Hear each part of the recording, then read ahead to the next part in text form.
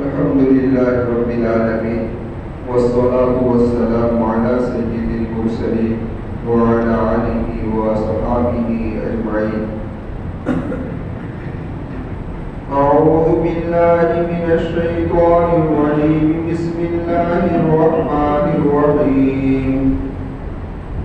يا أيها الذين آمنوا لا ترفعوا أصواتكم فوق صوت النبي ولا تجهروا له بالقول كجهر بعضكم لبعض أن تحبط أعمالكم وأنتم لا تشعرون. صدق الله العظيم. معزز سامعین کرام اور پردہ نشین خواتین، اس آیت کریمہ میں آقا مکی و مدنی محمد رسول اللہ صلی اللہ علیہ وسلم کی مجلس کے دو آداب بیان فرمائے گئے. فرمایا ایمان والوں، تم اپنی آواز کو نبی کریم صلی اللہ علیہ وسلم کی آواز سے بلند نہ کیجیے. وَلَا تَجْهَرُوا لَهُ بِالْقَوْلِ كَجَهْرِ بَعْضِكُمْ لِبَعْضٍ، اور تم آپس میں بھی جب گفتگو کرو، یعنی نبی کریم صلی اللہ علیہ وسلم کے سامنے جب گفتگو کرو تب بھی اپنی آواز کو پست رکھو. اگر تم نے اپنی آواز کو پست نہیں رکھا تو تحبط اعمالکم، تمہارے اعمال ضائع ہو جائے گے. وانتم لا تشعرون، اور تمہیں خبر بھی نہیں ہوگی. تو نبی کریم صلی اللہ علیہ وسلم کی مجلس کے دو آداب ہیں. ایک ادب تو یہ ہے کہ اللہ کے محبوب صلی اللہ علیہ وسلم مجلس میں بیٹھے ہوئے ہوں اور ایمان والے بھی بیٹھے ہوئے ہوں، تو آپس کے اندر کوئی ایسی گفتگو اتنی آواز سے نہ کرے کہ جس سے نبی کریم صلی اللہ علیہ وسلم کی آواز سے اپنی آواز بلند ہو جائے. اگر یہ ہے تو یہ بے ادبی ہے، تو اس بے ادبی سے بچنا چاہیے. ایک دوسرا ادب یہ بیان فرمایا کہ جب تم نبی کریم صلی اللہ علیہ وسلم سے گفتگو کرو تو اس گفتگو کے اندر بھی تم اپنی آواز کو نبی کریم صلی اللہ علیہ وسلم کی آواز سے بلند نہ کرو. یعنی تمہاری آواز کیا رہنی چاہیے؟ نیچے رہنی چاہیے. اور مہذب سوسائٹیوں کے اندر یہی حال ہے. آپ دیکھ لیجیے کہ جہاں لوگوں کو تہذیب سکھائی جاتی ہے وہاں دیکھیے کہ بیٹا باپ کے سامنے اونچی آواز سے نہیں بولتا. اسی طریقے سے شاگرد جتنے ہیں یہ استاد کے سامنے اونچی آواز سے نہیں بولتے. مرید جو ہے وہ پیروں کے سامنے اونچی آواز سے نہیں بولتے. جہاں پیر موجود ہے اور اس مجلس کے اندر وہ بھی موجود ہے تو سارے مریدوں کو آپ دیکھیں کہ وہ خاموش بیٹھے ہوئے ہوتے. تو جب استاد کا ادب ہے، باپ کا ادب ہے، پیر کا ادب ہے، تو یہ تو محمد رسول اللہ صلی اللہ علیہ وسلم کی ذات اقدس ہے، تو آپ کا ادب تو سب سے اعلیٰ اور رفع ہے. تو اسی لیے اس آیت کریمہ میں اسی بات کو بیان کیا گیا ہے. اب میں نے پہلے آپ سے عرض کیا تھا کہ آیت کریمہ جو نازل ہوئی ہے وہ خاص واقعے پر نازل ہوئی. قبیلہ بنو تمیم کا ایک وفد آیا اور ان کے امیر بنانے کا کہ کس کو امیر بنایا ہے اس میں حضرت ابوبکر اور حضرت عروبہ نے اپنی رائے پیش اور ان شیخین کی آواز بلند ہو گئی اور اس وقت نبی کریم صلی اللہ علیہ وسلم اس مجلس کے اندر موجود تھے. تو اس پر آیت کریمہ نازل ہوئی. یا ایھا الذین آمنوا لا ترفعوا اصواتکم فوق صوت النبی.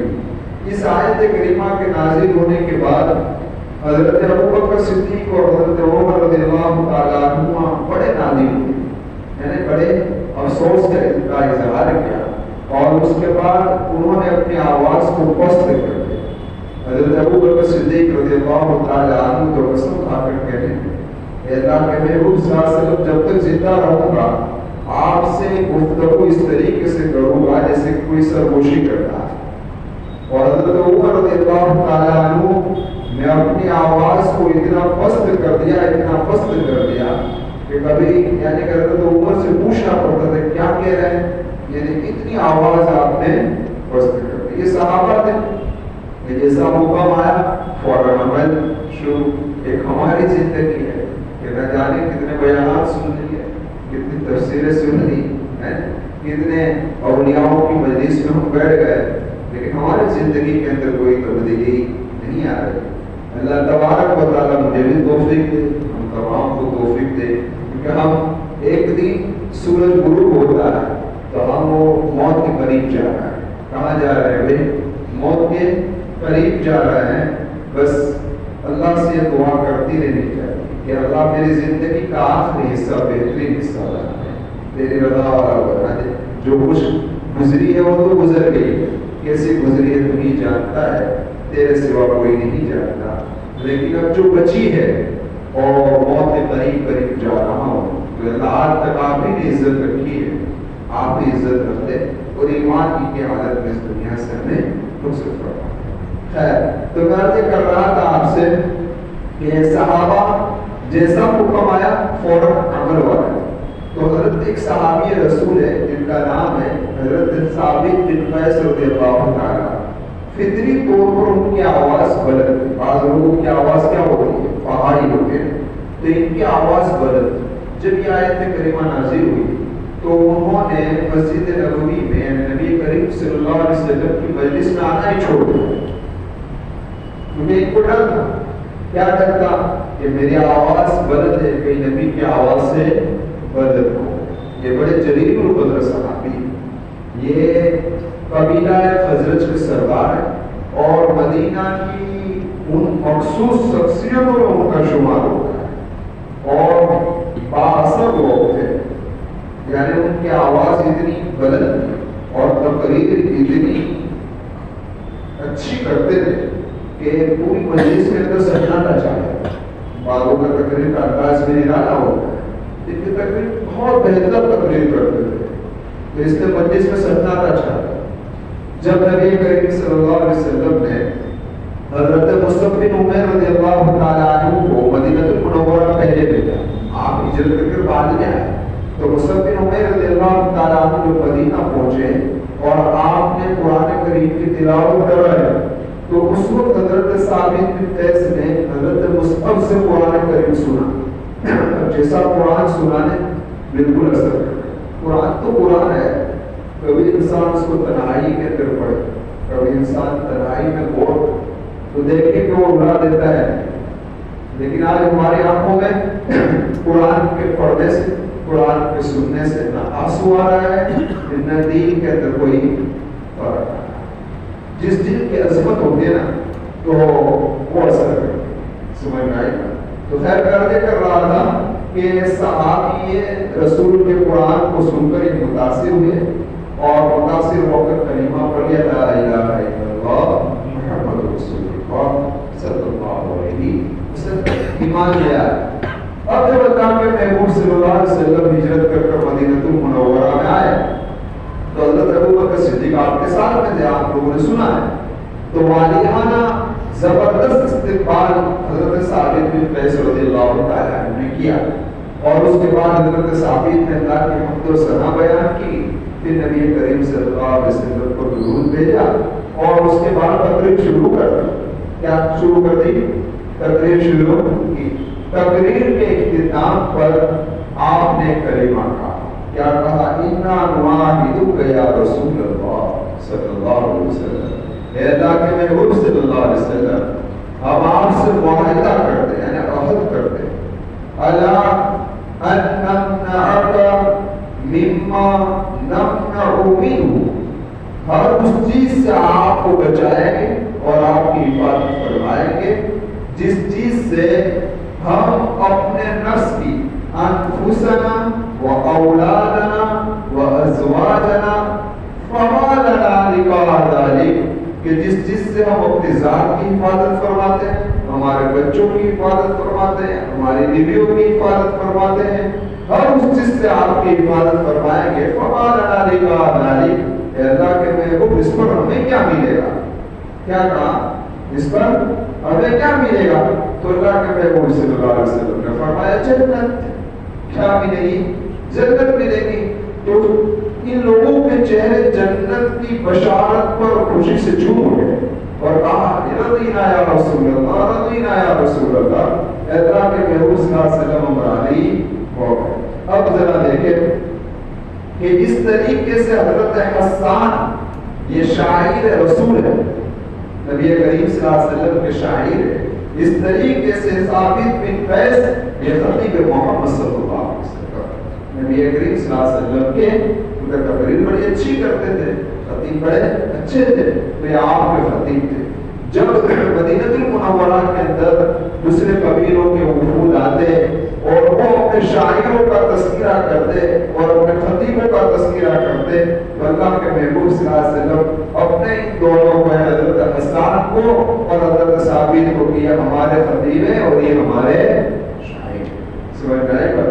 تو یہ مرتبہ اور مقام اللہ تبارک و تعالیٰ نے انہیں عطا فرمایا۔ پھر کو عطا فرمایا بھائی حضرت ثابت بن قیس رضی اللہ تعالیٰ عنہ کو، یہ خطیب محمد صلی اللہ علیہ وسلم۔ اب ذرا دیکھیے آپ کہ اب فطری طور پر ان کی آواز کیا تھی؟ بلند۔ اس لیے قرآن کریم کی جب یہ آیت کریمہ نازل ہوئی تو ایک مرتبہ کی بات ہے، درمیان میں بات یاد آ گئی، غور کروں کہ ایک مرتبہ حضرت ثابت بڑے غم زدہ بیٹھے ہوئے، غم میں آدمی ہوتا ہے نا، جو ہوئے تھے غم زدہ افسوس کر رہے تھے، تو اللہ کے محبوب تشریف لے گئے اور کہا بھی کہ یا ابا محمد، یا ابو محمد، یہ آپ کی کنیت ہے، کیا ہو گیا ہے؟ تو کیا کہنے لگے کہ اللہ کے محبوب صلی اللہ علیہ وسلم میں ہلاک ہو گیا۔ کیا ذرا دیکھیے تو صحیح، کیا کام ہے؟ ہلاک ہو گیا۔ تو اللہ کے محبوب نے فرمایا کیوں؟ کیا بات ہے، کیوں ہلاک ہو گئے؟ تو کہنے لگے اللہ کے محبوب صلی اللہ علیہ وسلم وہ کام جو ہم نے نہیں کیے اور اس کام کی نسبت ہماری طرف ہوتی ہے اور ہماری تعریف ہوتی ہے تو دل میں خوشی پیدا ہوتی ہے، تو لگتا ہے کہ ہم منافق ہو گئے۔ یہ صحابہ کو درد کتنا ہے آج ہے کہ آدمی نے کام کیا نہیں ہے لیکن تعریف اس کی اور ہے، نام اس کا بول رہا ہے۔ تو یہاں بھی ایسا تھا کہ وہ کام ہم نے تو نہیں کیا ہے لیکن نسبت ہماری طرف ہوتی ہے تو دل میں خوشی ہوتی ہے۔ تو اللہ کے محبوب صلی اللہ علیہ وسلم نے فرمایا کہ اے ثابت، کیا ثابت، اللہ ترضا، کیا تو اس بات پر راضی ہے، جملہ ہے میرے ذہن سے نکل گیا، کیا تو اس بات پر راضی ہے کہ تیری زندگی بہترین سے بہترین گزرے، حمیدہ ہے بہترین سے بہترین گزرے، اور فرمایا اور تم تک شہیدہ، اور تجھے شہادت کی موت نصیب، وتدخل الجنہ، اور جنت میں تیرا داخلہ ہو۔ تو حضرت ثابت کہنے لگا بلا یا رسول اللہ، آپ کیوں نہیں شہادت مل جائے؟ اس سے اونچا درجہ کون سا ہے؟ اس سے اونچا درجہ کون سا ہے؟ تو اللہ کے محبوب صلی اللہ علیہ وسلم نے بشارت ان کو سنائی، کس کی سنائی بھائی؟ شہادت کی بھی سنائی اور جنت کی بھی سنائی۔ اب ذرا دیکھیں کیا ہوا کہ یہ آیت کریمہ نازل ہوئی، یا ایھا الذین آمنوا لا ترفعوا، تو آپ گھر کے اندر بیٹھ گئے، صرف فرض نماز پڑھنے کے لیے آتے ہیں ورنہ گھر کے اندر رہتے، باہر نہیں نکلتے تھے۔ تو اللہ کے محبوب صلی اللہ علیہ وسلم نے پوچھا کہ ہمیں ثابت نظر نہیں آ رہا ہے، کہاں ہے؟ تو حضرت عبداللہ بن مسعود رضی اللہ تعالیٰ عنہ نے فرمایا اے اللہ کے محبوب صلی اللہ علیہ وسلم، یہ تو میرا پڑوسی ہے، اگر وہ بیمار ہوتے تو مجھے ضرور پتا ہوتا، میں تحقیق کر کر بتاتا ہوں۔ حضرت عبداللہ بن مسعود رضی اللہ تعالیٰ عنہ جب حضرت ثابت کے گھر پر تشریف لے گئے تو پوچھا کہ ثابت آپ مجلس محمد صلی اللہ علیہ وسلم میں تشریف نہیں لاتے؟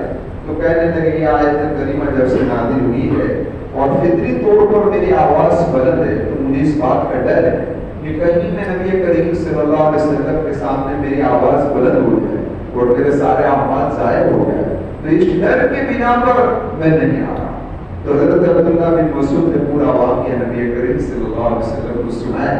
تو اللہ کے محبوب نے فرمایا کہ اس آیت کا مطلب حضرت ثابت نے غلط لیا ہے، ثابت تو جنتی ہے۔ کیا کہا؟ ثابت تو جنتی ہے۔ کچھ لوگ خوش قسمت لوگ تھے کہ اللہ کے محبوب کی زبان سے کوئی جنت کی بشارت مل گئی نا، ہمارا تو کیا ہوگا اللہ ہی جانتا ہے، اللہ ہی جانتا ہے۔ اس لیے ڈرتے رہنا چاہیے، ہر وقت ڈرتے رہنا چاہیے اور ایمان پر خاتمے کی خاص طور پر دعا کرنی چاہیے۔ خیر میں عرض کر رہا تھا اب ہوا کیا؟ تو اللہ کے محبوب نے شہادت کی بشارت کو سنائی۔ غزوہ بدر کے علاوہ سارے غزوات میں حضرت ثابت شریک رہے. اور اللہ کے محبوب کی بشارت تھی، شہادت کی تمنا تھی، تو بار بار کوشش کر رہے تھے لیکن شہادت بازو میں سے گزر جاتی، نصیب ہوتی نہیں. اللہ کے محبوب صلی اللہ علیہ وسلم اس دنیا سے رخصت ہو گئے. اب حضرت ابوبکر صدیق رضی اللہ تعالیٰ عنہ کی خلافت کا زمانہ ہے، تو مسیلمہ کذاب نے نبوت کا دعویٰ، کس دعویٰ کیا؟ مسیلمہ کذاب نے نبی ہونے کا دعویٰ کیا. حضرت ابوبکر صدیق رضی اللہ تعالیٰ عنہ نے لشکر بھیجا.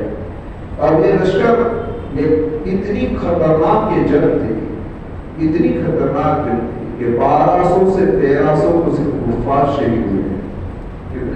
قرہ اور وفات اس جنگ کے اندر شہید ہوئے. 27,000 مہلوکین کی تعداد بتائی جاتی ہے. اتنی خطرناک جنگ تھی. انصار کی طرف سے یہی ثابت ابن قیس امیر تھے، اور مہاجرین کی طرف سے مولا ابی حذیفہ، صالح مولا ابی حذیفہ امیر تھے، اور پورے لشکر کے سردار اور امیر تھے حضرت خالد بن ولید رضی اللہ عنہ. جنگ اتنی خطرناک ہوئی کہ ابتدا کے اندر مسلمانوں کا ہاتھ بہت نیچے رہا، اتنا نیچے رہا کہ دشمن کا لشکر خالد بن ولید رضی اللہ تعالیٰ عنہ کے خیمے میں پہنچ گئے، اور آپ کے خیمے کی رسیوں کو بھی توڑ دیا، اور آپ کی بیوی ام تمیم کے قتل کے در پہ آ گئے. اتنی پوزیشن خراب ہو گئی. لیکن ایسے موقع پر حضرت ثابت رضی اللہ تعالیٰ عنہ نے زبردست اپنے پورے بدن میں زعفران لگایا اور سر پر کفن باندھا اور کہا یا معاشر المسلمین، اے ایمان والو، نبی کریم صلی اللہ علیہ وسلم کے ساتھ ہم پست ہو کر کبھی ہم نے لڑائی نہیں، نکلو. اور اس کے بعد آپ نے اعلان کیا، اور اعلان کر کے 4 صحابی کا نام آتا ہے. ان میں سے ایک حضرت ثابت بن قیس ہے، دوسرے حضرت عمر بن خطاب کے بھائی حضرت زید بن خطاب ہے، تیسرے حضرت برا بن مالک ہے، جن کا نام میرے ذہن ہے. وہ دشمن کی صف کے اندر کود پڑے. سمجھ آئے گا اس قدر حملہ کیا جس طرح شہر حملہ کرتا ہے. اور جب آدمی کوئی مرنے کے لیے کود جاتا ہے تو کوئی دیکھتا نہیں کیا ہے کیا ہو رہا ہے. اب ان صحابی نے اتنی بہادری کے ساتھ دشمن کے صف کے اندر کودے ہیں کہ وہ لوگ ڈر گئے اور ان کی شکست ہو گئی. وہ لوگ ڈر گئے اور ان کی شکست ہو گئی. لیکن ضرور حضرت ثابت بن قیس شہید ہو گئے. شہادت کی بشارت نبی کریم صلی اللہ علیہ وسلم نے سنائی تھی، وہ بشارت کیا ہو گئی؟ پوری ہو گئی. لیکن عجیب بات ان کی خصوصیت میں لکھا ہے کہ ثابت بن قیس کی شہادت ہوئی تو قریب سے ایک آدمی گزرا تو آپ کے بدن پر ایک قیمتی زیرہ پہنے ہوئی، تو وہ آدمی نے اس قیمتی زیرہ کو لے لیا. تو حضرت ثابت خواب کے اندر آئے. کہاں ہے؟ خواب کے اندر آئے، اور خواب کے اندر آ کر کہنے لگے دیکھ میں ثابت بن قیس ہوں، یہ خواب سمجھ کر چھوڑ مت دینا. میری زیرہ جو ہے وہ فلاں کیمپ کے اندر، فلاں خیمے کے اندر حاجی کے نیچے رکھی ہوئی ہے، اور اوپر زیرہ رکھی ہوئی ہے. اس لشکر کے امیر حضرت خالد بن ولید کو میرا یہ پیغام پہنچا. ایک آدمی کے خواب میں آ کر حضرت ثابت بن قیس کہہ گئے. اور دوسری نصیحت انہوں نے یہ کی کہ دیکھ بھائی، دوسری نصیحت میں تجھے کرتا ہوں، یہ بھی خواب سمجھ کر چھوڑ مت دینا. جب مدینہ المنورہ لشکر پہنچے تو امیر المؤمنین حضرت ابوبکر صدیق رضی اللہ تعالیٰ عنہ سے کہہ دینا کہ میرے 2 غلام کو آزاد کر دے اور میرا قرضہ ادا کر. کیا کہا؟ میرا شہید کا بھی قرضہ معاف نہیں، قرضہ کسی کا معاف نہیں. شہید کہ جس کا خون کا قطرہ گرنے سے پہلے اللہ جنت پر اس کا مقام دکھا دیتا ہے، اگر اس پر بھی قرض ہے تو قرض معاف. لیکن آج ہمارا نوجوان، آج ہمارے مسلمان بس قرض لیا دینے کے لیے نہیں دے دیتا ہے. بیچارہ قرض دینے والا بار بار جا رہا ہے، یہ ٹال مٹول کر رہا ہے، ٹال مٹول. زندگی آپ کو مصیبت اور حالات میں کوئی کام آیا تو آپ کا فریضہ ہے نہیں کہ اس کی کمانت ہے، اس کو پہنچا دینا چاہیے. اللہ تبارک و تعالیٰ ہمیں ایسی موت سے حفاظت کرنا ہے. موت سے پہلے ہر حقوق کو ہم ادا کر چکے ہوں، ایسے شکر صورت ادا فرما دیتا. میں یہ کر رہا تھا کہ حضرت ابوبکر سے میرا ایک پیغام پہنچا دینا. خیر یہ بات ہو گئی. اب خالد بن ولید رضی اللہ تعالیٰ عنہ کو یہ خواب جب سنایا تو حضرت خالد نے وہی خیمے کے اندر گیا ایک آدمی کو بھیجا تو جہاں نشاندہی کری تھی ہانڈی کے نیچے اوپر زیرہ اوپر یہ رکھا ہوا ہے کجاوا رکھا ہوا ہے سیم ٹو سیم وہیں سے آپ کی زیرہ وہیں سے آپ کی زیرہ اور لشکر جب مدینہ المنورہ پہنچا مدینہ المنورہ پہنچا تو اس وقت خالد بن ولید رضی اللہ تعالیٰ عنہ نے حضرت ابوبکر صدیق رضی اللہ تعالیٰ عنہ کو پورا واقعہ سنایا تو حضرت ابوبکر نے ان کے دونوں غلاموں کو آزاد کر دیا اور قرض ادا کر دیا. تو یہ بھی آپ کی خصوصیت ہے کہ خواب کی وصیت آپ کی پوری ہوئی اور مرنے کے بعد وصیت آدمی مرنے سے پہلے کرتا ہے مرنے کے بعد بھی وصیت کرتا ہے لیکن یہ آپ کی خصوصیت تھی کہ مرنے کے بعد کی ہوئی وصیت کو پورا کیا ہے. سمجھ میں آئے گا کسی صحابی کی نے اس سے پہلے نہ اس کے بعد کی. تو یہ آپ کس کی خصوصیت ہے حضرت ثابت بن قیس رضی اللہ عنہ وصیت کی بڑی ہے. مختصر طور پر ایک بات سمجھ لو امام بخاری رحمۃ اللہ علیہ کتاب الوصایا کے اندر ایک روایت پہلی روایت لائے جس کا خلاصہ یہ ہے کہ کسی مومن کے لیے مناسب نہیں ہے زیبا نہیں دیتا کہ اس کے پاس کوئی ایسی چیز ہو کہ جس کی وصیت کرنا اس کے لیے ضروری ہو اور 2 رات گزر جائے اور وہ وصیت نہ کی. سمجھ آئے گا یہ ایمان والے کے لیے مناسب نہیں ہے کیونکہ زندگی ایک بلبلا ہے کب پھٹ جائے کب پھٹ جائے کچھ اچانک موت آ گئی اور آپ نے اگر کچھ لکھا ہی نہیں ہے تو آپ کے گھر والے پریشان ہو جائے.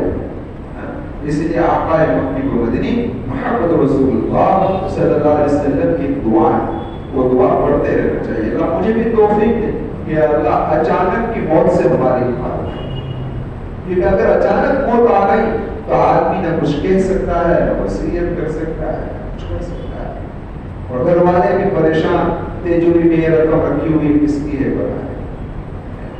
اس لیے جس کی امانت ہے وہ اس پر لکھ کر رکھ دینا چاہیے یہ فلاں کی امانت ہے یہ فلاں کی چیز ہے یہ ہے تاکہ اگر اچانک موت آ جائے تو گھر والے کوئی پریشان سمجھ میں آئے گا.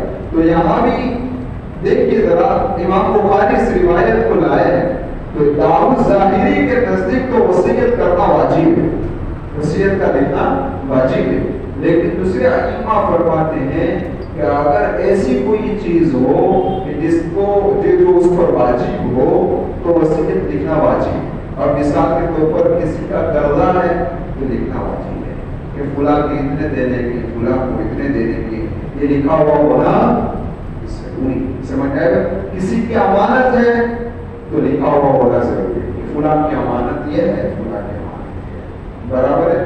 اسی طریقے سے اب میں آپ کو ایک اور بات کہوں تو آپ کو ٹینشن میں آ جاؤ گے. جتنی نمازیں چھٹی ہے تو اس کا لکھنا واجب ہے میری نمازیں چھٹی ہے اس کا فدیہ دینا ہے.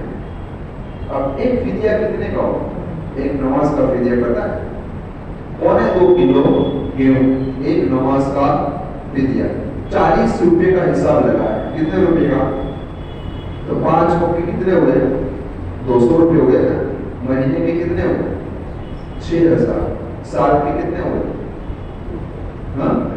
72,000. اب حساب لگاؤ کتنے سالوں کی نماز ہماری شروع ایک سال کی نماز کا کم از کم 72,000 فدیہ ہے. کئی سالوں میں چھوڑ کے بیٹھے تو اگر لکھ کر جائیں کہ اتنی نماز قضا ہے لکھ کے 5 سال کی 10 سال کے ساتھ وراثت تو بچوں کے ہاتھ میں آئے گی نہیں.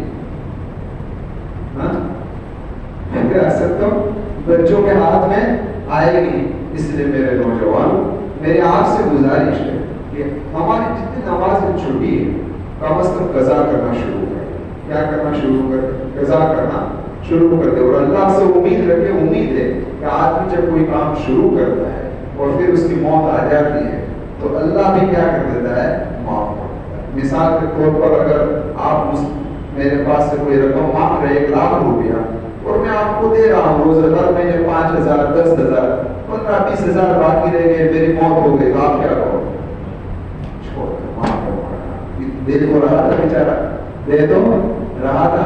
تو یہ تو اللہ ہے رحیم ہے کریم ہے.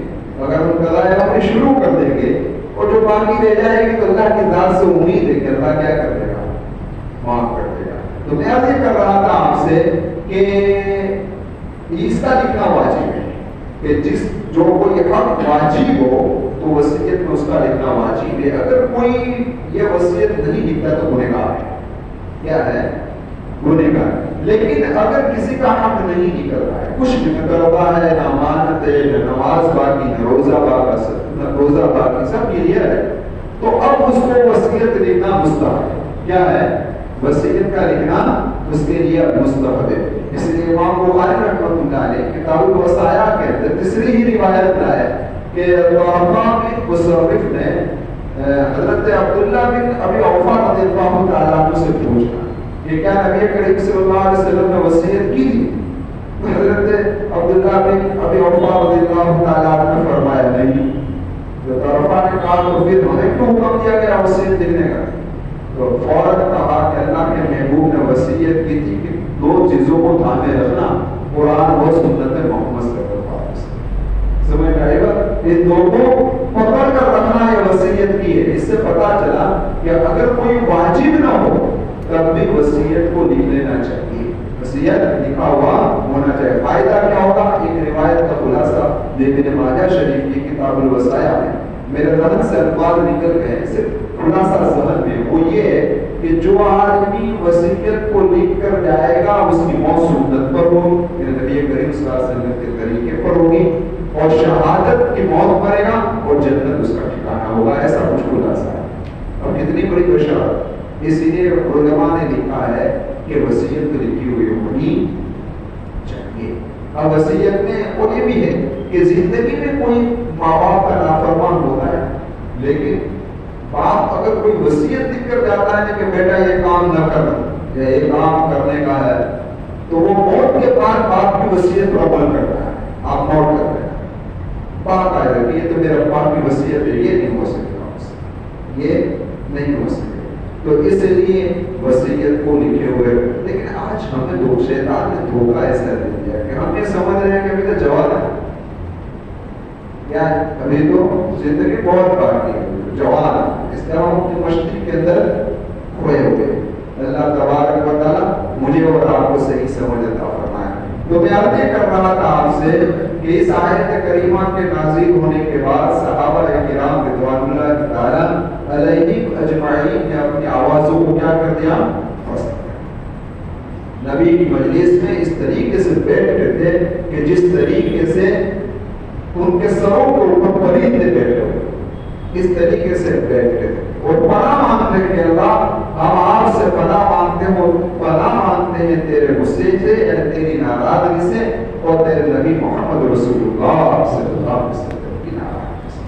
تو اب ذرا دیکھیں جس طریقے سے نبی کریم صلی اللہ علیہ وسلم کی ذات کا ادب ضروری ہے, اس طریقے سے نبی کریم صلی اللہ علیہ وسلم کی بات کا ادب بھی. اور سمجھے میری بات نہیں سمجھے؟ ہاں, جس طریقے سے نبی کی ذات کا ادب ضروری ہے اور جس طریقے سے اللہ کے محبوب صلی اللہ علیہ وسلم اپنی حیاتی کے اندر جب بات کرتے تھے تو صحابہ غور سے سنتے تھے, مجلس کے اندر سناٹا چھایا ہوا ہوتا تھا, کوئی شور و شرف نہیں ہوتا تھا. تو یاد رکھیے نبی کی ذات اس دنیا کے اندر ظاہری وجود کے ساتھ ابھی نہیں ہے, لیکن نبی کی بات دنیا میں ابھی بھی موجود ہے یا نہیں؟ جو انوارات نبی کی ذات کے اندر تھے وہ سارے انوارات نبی کی بات کے اندر تھے. نبی کی بات کیا ہے؟ حدیث محمد صلی اللہ علیہ وسلم. اس لیے جہاں بھی نبی کریم صلی اللہ علیہ وسلم کی حدیث بیان ہو رہی ہو وہاں بادل بیٹھنا چاہیے. کیسا بیٹھنا چاہیے؟ اب منہ کے اندر پاوا ہو, منہ کے اندر پان ہو اور اللہ کے محبوب صلی اللہ علیہ وسلم کی حدیث بیان ہو رہی ہو اور میں ٹیپ لگا کر بیٹھا ہوا ہوں, یہ ادب. تو جب نبی کی بات کا ادب اتنا ضروری ہے تو یہ تو اللہ کا کلام ہے, یہ تو اللہ کا کلام ہے, اس کا ادب کتنا ضروری, اس کی تعظیم کتنی ضروری. لیکن آج ہم سب تعظیم, عظمت, ادب سب کچھ کیا کر دیا ہم نے چھوڑ. تو میں عرض کر رہا تھا, دیکھو ہمارے اسلاف کے اندر امام مالک رحمۃ اللہ علیہ جب حدیث کا درس دینے کے لیے آتے تھے، سبق دینے کے لیے آتے تھے، تو آپ پہلے غسل کرتے تھے، اچھے کپڑے پہنتے تھے اور اس کے بعد خوشبو لگاتے تھے، پھر درس دینا شروع کرتے تھے۔ اور سبق دیتے دیتے ایک مرتبہ ایسا ہوا کہ بچھو آپ کی کرتے میں گھس گیا اور بچھو نے ڈنک مارنا شروع کر دیا۔ ڈنک مارنے کی وجہ سے آپ کے چہرے کا رنگ بدل گیا، لیکن حدیث رسول کو بند نہیں کیا۔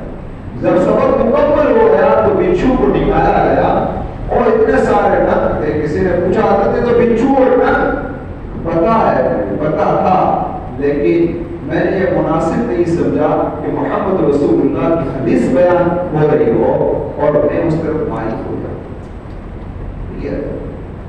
یہ کیا تھا؟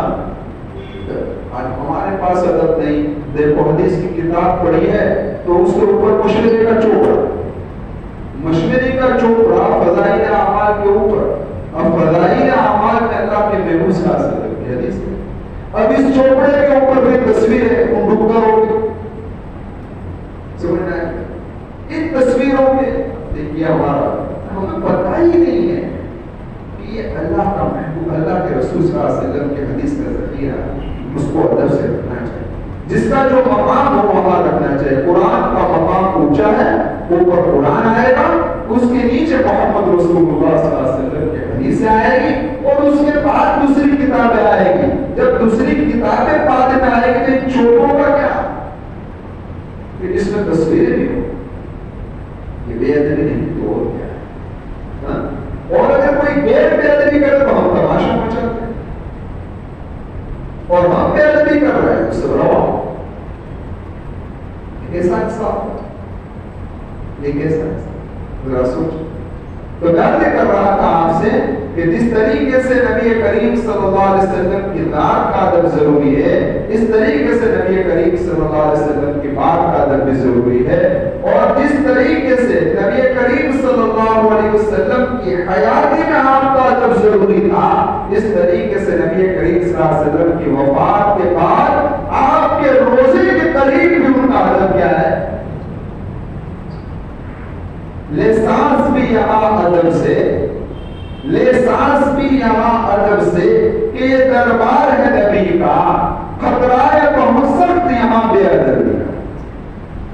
مدینہ کے اندر اور خصوصاً مسجد نبوی کے اندر اور اس سے بھی خاص نبی کریم صلی اللہ علیہ وسلم کے روزے کے قریب تو آدمی کے اندر کپی تاری ہو جانی چاہیے، کیا ہونی چاہیے؟ ہاں بالکل کانپنے لگنا چاہیے انسان کہ میں کہاں جا رہا ہوں، یہ کہاں۔ لیکن آپ دیکھیں، آپ لوگ دیکھ رہے ہوں گے سوشل میڈیا پر سیلفی بنا رہا ہے نوجوان اور سب کو بتا رہا ہے کہ میں روزہ رسول پر جا رہا ہوں، یعنی اب روزہ رسول پر اللہ کے محبوب صلی اللہ علیہ وسلم کو سلام پیش کرنے کے لیے جا رہا ہے، اس وقت بھی اس کے دل کے اندر محمد رسول اللہ کی یاد نہیں اپنے گھر کی آ سکتا۔ وہاں سیلفی، وہاں تصویر، وہاں کیمرے،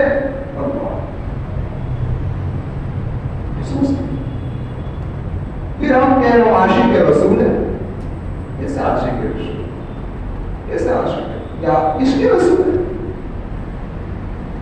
صحابہ اللہ کے محبوب کی مجلس میں بیٹھتے تھے تو نگاہیں نیچی دیتے تھے، اس لیے ہمارے اسلام جب سلام پیش کرنے کے لیے جاتے تھے اللہ کے محبوب صلی اللہ علیہ وسلم کے روضے پر تو نگاہیں نیچے رکھ کر سلام پیش کرتے، اور یہ ماشاءاللہ بالکل اٹا کٹا پینٹ شرٹ پہنا ہوا اور داڑھی کٹایا ہوا اور اللہ کے محبوب کے سامنے دیکھ کر کے الصلاۃ والسلام علیک یا رسول اللہ، علماء نے لکھا ہے ایسا آدمی جب محمد رسول اللہ کے روضے پر سلام پیش کرنے کے لیے جاتا ہے اللہ کے محبوب صلی اللہ علیہ وسلم اپنے چہرے کو پھیر دیتے، اور ہم یہ کہہ رہے ہیں عاشق رسول ہے۔ سوچنے کا تو میں عرض کر رہا تھا کہ جس طریقے سے ادب محمد صلی اللہ علیہ وسلم آپ کی حیاتی کے اندر ضروری تھا، اس طریقے سے آپ کی وفات کے بعد بھی ضروری ہے۔ اس لیے امام مالک رحمۃ اللہ علیہ نے حدیث کا درس مدینہ المنورہ مسجد نبوی کے اندر دیا اور مجمع بہت بڑھ گیا، تو کسی نے کہا کہ حضرت ایک مکبر کو رکھ دیجیے، تکبیر دینے والے کو، آپ جو روایت پیش کرے وہ وہاں سے روایت پیش کر کر آگے تک پہنچائے۔ تو امام مالک نے اجازت نہیں دی کہ نہیں یہاں روزہ ہے محمد رسول اللہ ہے، بے ادبی کا یہاں آواز غلط نہ ہو، کیونکہ ہمارا عقیدہ ہے کہ اللہ کے محبوب صلی اللہ علیہ وسلم اپنی قبر کے اندر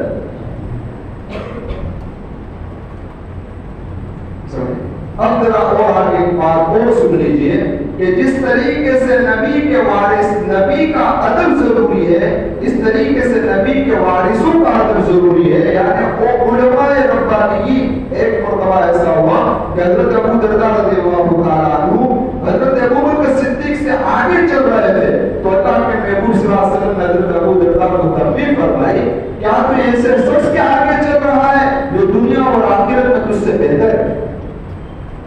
حضرت ابو بکر سے آگے چل رہا ہے۔ پتا چلا کہ علماء ربانیین کا بھی ادب کیا ہے، ضروری ہے۔ وہ جس مجلس کے اندر بیٹھے ہو تو اس مجلس کے اندر بھی آواز کو بلند کرنا نہیں چاہیے، اور ان کے سامنے بھی بلند آواز سے بولنا نہیں چاہیے۔ اسی لیے شاہ صاحب رحمۃ اللہ علیہ نے فرمایا 4 شعائر اللہ تو بہت سارے ہیں، لیکن بڑے شعائر کتنے ہیں؟ 4 ہیں۔ وَمَن يُعَظِّمْ شَعَائِرَ اللَّهِ فَإِنَّهَا مِن تَقْوَى الْقُلُوبِ، ان میں سے ایک ہے کلام اللہ، اس کی تعظیم ضروری، اس کا ادب ضروری۔ لیکن جب سے یہ موبائل آیا اور موبائل میں قرآن پڑھنا شروع کیا، اتنی بے ادبی بڑھ گئی۔ میں یہ نہیں کہتا کہ موبائل میں قرآن پڑھنا جائز ہے کہ ناجائز، اس کی بات نہیں کرتا، بات ادب و تعظیم کی کرتا ہوں کہ آپ کے سامنے جو قرآن کھلا ہے تو آپ جتنا ادب و تعظیم سے بیٹھیں گے اتنا موبائل میں نہیں بیٹھ سکتے، دیکھیں۔ اور ہم نے تو دیکھا ہے کہ طلبا جب قرآن یہ موبائل میں پڑھتے ہیں تو کوئی اس طریقے سے پڑھا ہے، کوئی ٹوپی بھی نہیں پہن رہا ہے، کوئی ٹیک لگا کر پڑھا ہے، کوئی اس طریقے سے، اور ہم جب پہنچتے ہیں تو فوراً وہ سمجھ جاتے ہیں، ٹوپی بھی صحیح کر لیتے ہیں اور بیٹھ کر قرآن پڑھنا صحیح ہو جاتا ہے۔ پتا چلا کہ اس کے دین کے اندر قرآن کی عظمت نہیں، یہ ابھی جو صحیح ہوا ہے وہ استاذ کے ڈر سے ہوا ہے۔ اگر قرآن کی عظمت ہوتی نا تو وہ تنہائی میں ہوتا یا سب کے سامنے ہوتا ادب سے، سمجھ آئے گا؟ تو ایک ہے قرآن کی تعظیم، دوسرا فرمایا کہ شعائر میں سے دوسرا محمد رسول اللہ کے ساتھ، تیسرا کعبۃ اللہ۔ تو اللہ نے کعبۃ اللہ کی بھی حفاظت قیامت تک کے لیے اس کی حفاظت کا وعدہ کیا، کوئی کعبے کو گرا نہیں سکتا جب اللہ نے چاہے۔ اللہ نے کلام اللہ کا بھی وعدہ کیا ہے، اس میں کوئی آگے پیچھے ٹوٹ سکتا، سمجھ گئے؟ اور چوتھا ہے نماز، کیا ہے؟ نماز۔ اور جو آدمی ان شعائر اللہ کی تعلیم کرے گا تو پتہ چلے گا کہ اس کے دل کے اندر تقویٰ ہے، یہ تقویٰ کی علامت، اس کی علامت ہے تقویٰ کی علامت۔ تو میں عرض کر رہا تھا کہ اس آیت کریمہ میں اللہ کے محبوب صلی اللہ علیہ وسلم کی مجلس کے 2 آداب بیان کیے گئے، اگر ان 2 آدابوں پر عمل نہیں ہوا تو کیا ہوگا؟ تمہارے اعمال اللہ کیا کرے گا، ضائع۔ تو اس کے متعلق کچھ بات عرض کرنی ہے وہ انشاءاللہ جس میں کروں گا۔ اللہ سے میں بھی دعا کرتا ہوں، آپ بھی دعا کریں، ہم سب گنہگار ہیں، اور سب پر اللہ نے ستارے کا پردہ رکھا ہے، سب پر اللہ کے ستارے کا پردہ ہے، ورنہ کس کی زندگی کیسی ہے وہ کسی اور کو پتہ نہ ہو تو نہ ہو، لیکن خود کو ہے۔ مجھے بھی اپنی زندگی پتہ ہے کہ میں نے اپنی ماضی میں کیا بھول کیا ہے اور آپ نے کیا بھولا ہے، ہر آدمی جانتا ہے۔ بس اللہ نے عزت رکھی ہے، اللہ سے دعا کرتے ہیں اللہ عزت ہی کے ساتھ بقیہ زندگی بھی گزار دے، اور اللہ عزت ہی کے ساتھ اور ایمان ہی کے ساتھ اس دنیا سے ہمیں رخصت فرمائے۔ اور اللہ سے دعا کرتا ہوں اللہ نبی کریم صلی اللہ علیہ وسلم کی محبت میں عطا فرمائے، اور اللہ نبی کریم صلی اللہ علیہ وسلم کی عظمت ہمارے دلوں میں ڈالے، اور جب نبی کی محبت اور عظمت آئے گی تو انشاءاللہ نبی کریم صلی اللہ علیہ وسلم کی اطاعت بھی آئے گی، اور نبی کریم صلی اللہ علیہ وسلم کے نقش قدم پر ہمیں چلنے والا بنا دے۔ آمین وآخر دعوانا الحمدللہ رب العالمین۔ سبحانک وبحمدہ، سبحانک اللہم وبحمدک، ونشہد ان لا الہ الا انت، نستغفرک ونتوب الیک۔